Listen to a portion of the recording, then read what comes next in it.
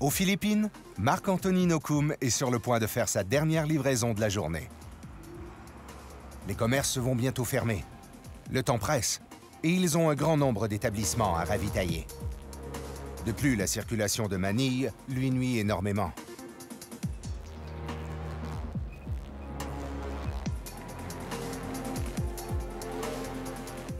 Avec son assistant, il arrive dans un quartier louche. Marc-Anthony transporte de grosses sommes d'argent sur lui et il n'est pas rassuré. Il doit procéder avec prudence.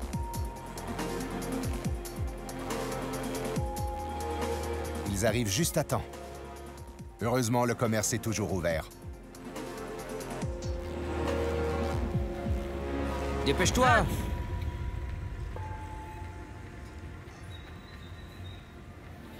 On a fini?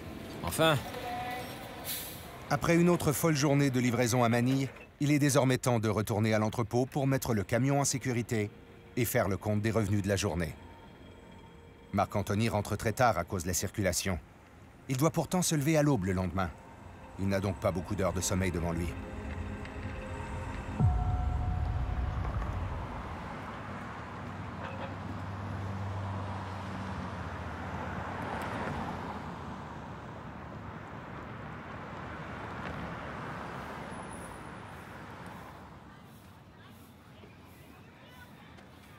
Le jour se lève à peine et Marc-Anthony a du mal à se réveiller. Allez, entrez. Il est obligé de se lever au petit matin, sinon le trafic de Manille sera beaucoup trop intense et il ne pourra se rendre à son camion à temps. C'est une journée bien remplie qui l'attend. S'il n'arrive pas à faire ses livraisons à l'heure prévue, ses commandes seront annulées. Marc-Anthony ne peut pas se permettre de décevoir son patron ou de perdre son emploi. Monté sur sa moto, il a appris à déjouer le trafic.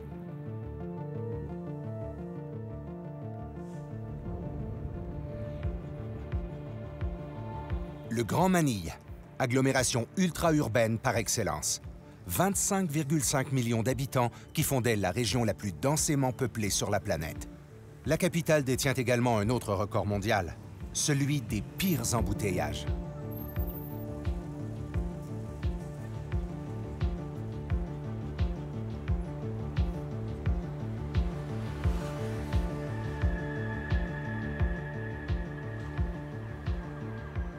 C'est sans oublier les menaces constantes de braquage et d'agression. Car Manille est aussi la ville la plus violente des Philippines. Une violence engendrée par une pauvreté accablante.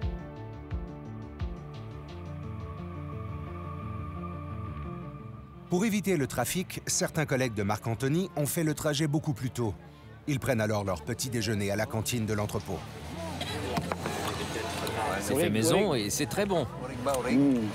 Sa femme l'aime beaucoup.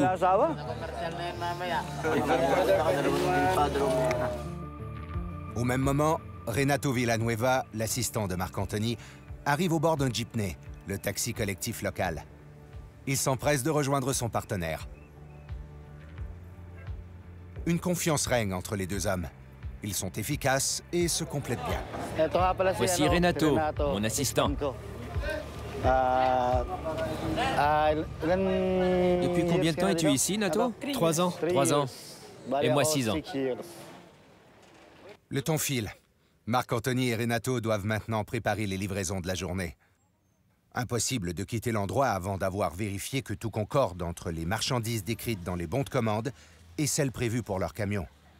Ils paieront de leur poche si quelque chose cloche dans les profits attendus pour la journée. Il y a aussi le véhicule à vérifier, une tâche routinière que Marc-Anthony ne néglige jamais. Je viens de vérifier l'huile et de mettre de l'eau dans le radiateur. Alors quand on part, le camion est en bonne condition. C'est tant mieux, parce qu'il y a beaucoup de livraisons à faire. Les pneus sont corrects, le gonflet d'air est bien balancé. Le camion que conduit Marc-Anthony est un Suzuki Multicab. À Manille, un camion poids lourd est un véhicule qui ne peut supporter qu'une seule tonne, mais qui est très pratique en milieu ultra-urbanisé. On va faire plusieurs livraisons dans le Grand Manille. Idéalement, il n'y aura pas trop de trafic dans la région. On pourra revenir tôt, sans être ralenti par des agents de circulation Ou des voleurs. C'est ce que j'espère. Les marchandises à distribuer sont des produits de la société Unilever. Des savons, du shampoing et des produits ménagers.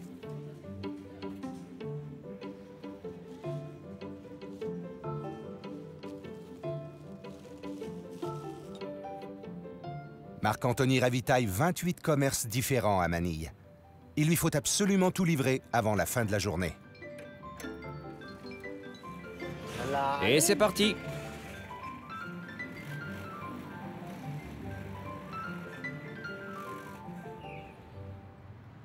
Déjà, le trafic est dense et ils ont du retard.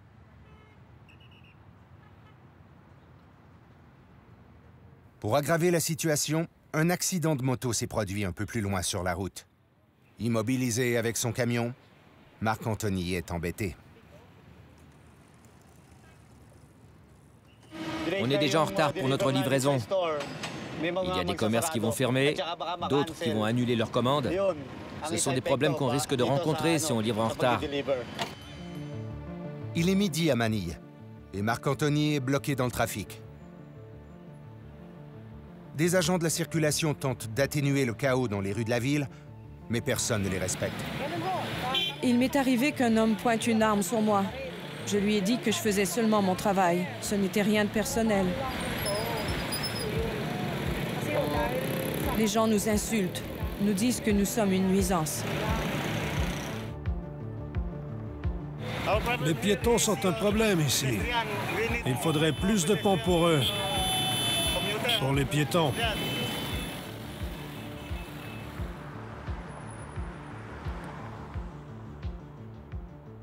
Marc-Anthony s'impatiente. C'est assez. Les commerces vont fermer. On va avoir des problèmes. Il y a un tel désordre que même sous les yeux des agents, les motos circulent à contresens. Le camion peut finalement avancer. Marc-Anthony accélère tant qu'il peut. Il sait que ses clients l'attendent depuis un bon moment. Ils sont en retard. Ils devaient arriver vers 8 h ou 9 h du matin. Il est déjà passé midi. Nous n'aurons rien à vendre. Les propriétaires des sari-sari, souvent des femmes, ont un roulement d'argent constant et un budget très serré. Pour se protéger face à la menace constante de cambriolage, les commerçants installent des grillages devant leurs boutiques.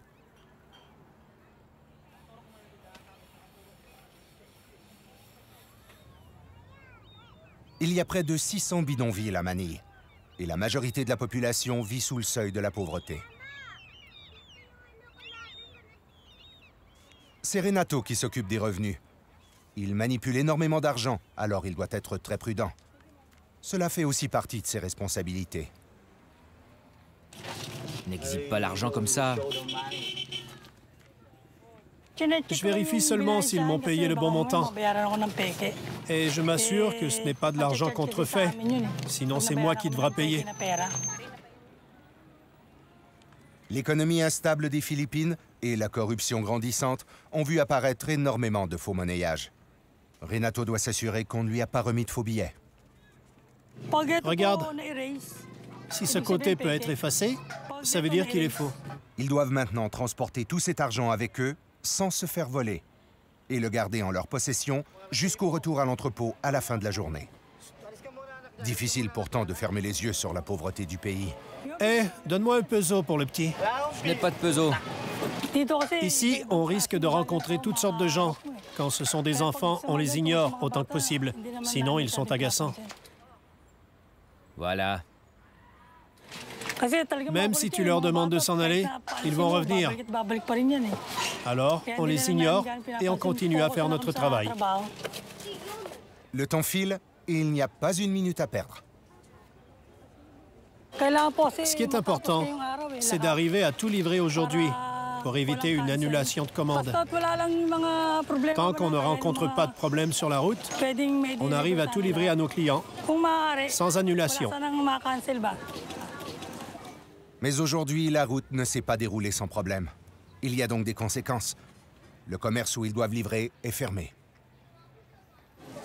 De retour au quartier général, j'écrirai non livré sur le rapport. Il faudra revenir demain si c'est encore fermé plus tard. Nous avons beaucoup de livraisons à faire. Avec tous ces délais non respectés, c'est maintenant l'heure du repas et les sari-sari sont fermés. Anthony et Renato paient le prix de leur retard. Ils n'ont pas le choix d'aller manger et de revenir plus tard, en espérant que le commerce sera ouvert. Marc-Anthony et Renato se dirigent à nouveau vers le sari-sari qui est maintenant ouvert. Elisabeth, la propriétaire, n'est pas très contente. On leur a dit qu'on ne pouvait pas recevoir de livraison pendant l'heure du dîner. Nous fermons entre 12h30 et 13h30. C'est la seule restriction. C'était 50 ou 150? Ils peuvent nous avertir quand ils sont en retard. Mes assistants ne seront pas contents s'ils sont ici à l'heure du repas. Tony et Renato vont en entendre parler. Ils se feront réprimander. Elisabeth a à cœur le bon fonctionnement de son commerce. C'est une entreprise tenue par des femmes. Elles sont très méticuleuses. Il faut faire attention aux petits détails.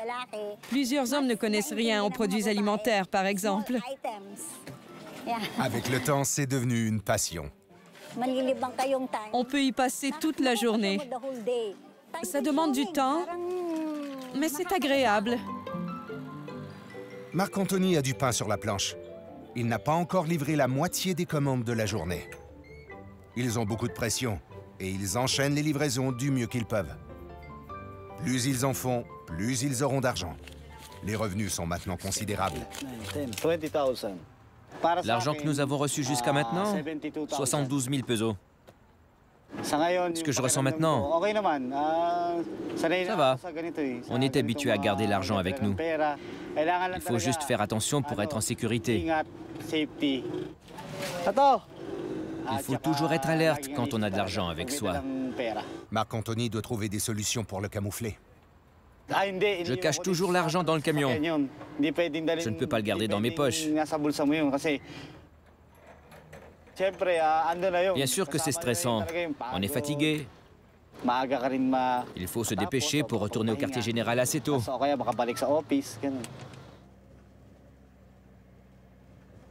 Marc-Anthony et Renato sont sur le qui-vive. La prochaine livraison se fera à Taguig, une des 17 municipalités qui forment le Grand Manille. Un lieu malheureusement reconnu pour sa violence.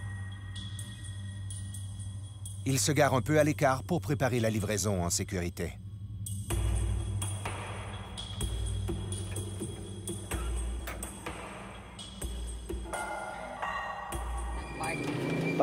Si on se stationnait de ce côté de la route, on pourrait se faire braquer.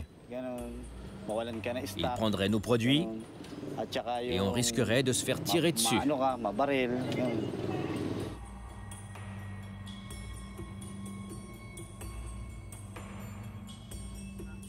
C'est arrivé à d'autres équipes, mais pas à nous. J'espère que ça n'arrivera pas. Les répercussions d'un vol peuvent être désastreuses. Si tu n'as rien à leur donner, il y a de fortes chances qu'ils s'en prennent à toi. Si tu résistes, ils vont se fâcher. Et c'est presque certain que tu vas mourir. Et si Marc-Anthony et Renato vivaient un braquage, ils devraient rembourser l'argent volé. Si ça arrivait, ce serait parce qu'on n'a pas été assez prudent. On ne sait jamais à quel moment un voleur peut arriver. Dans l'énervement et la précipitation, Marc-Anthony a perdu un reçu. Oh non, je crois que j'ai perdu un reçu. Les sommes ne correspondent pas. La nervosité se fait sentir. Et c'est dans les moments difficiles qu'il faut savoir bien s'entourer. Renato et moi, ça va bien.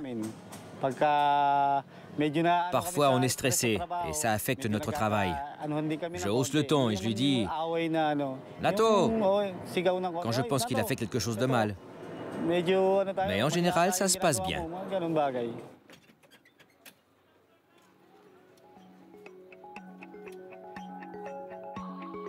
La journée de travail s'achève et Marc-Anthony est loin d'avoir fait toutes ses livraisons. Il veut tout de même honorer une dernière commande. Bonjour Catherine.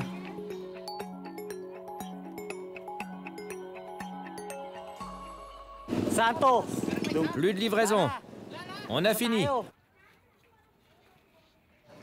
Les délais sont écoulés. Il faut immédiatement rentrer à l'entrepôt, même si le camion n'a pas été vidé de sa marchandise. Nos hommes sont fatigués, tout comme leur camion. Marc-Anthony remet de l'eau dans le radiateur, qui souffre de la chaleur accablante de Manille.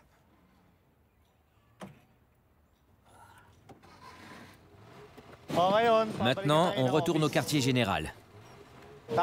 Ensuite, on ira changer la monnaie. Beaucoup de nos clients paient en monnaie. Marc-Anthony n'a pas rempli sa mission et il est de nouveau coincé dans le trafic. Sa journée n'est pas terminée. Il devra rendre des comptes à son patron. Ça ne me dérange pas. Ça fait partie du travail. On s'y fait.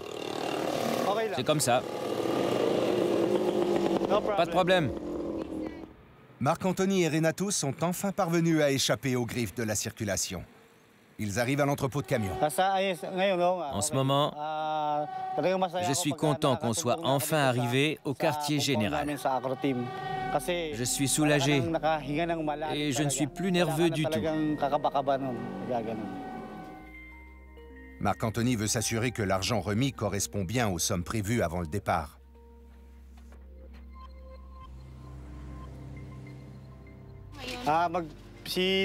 Nato prépare les factures et je m'occupe des reçus et des finances.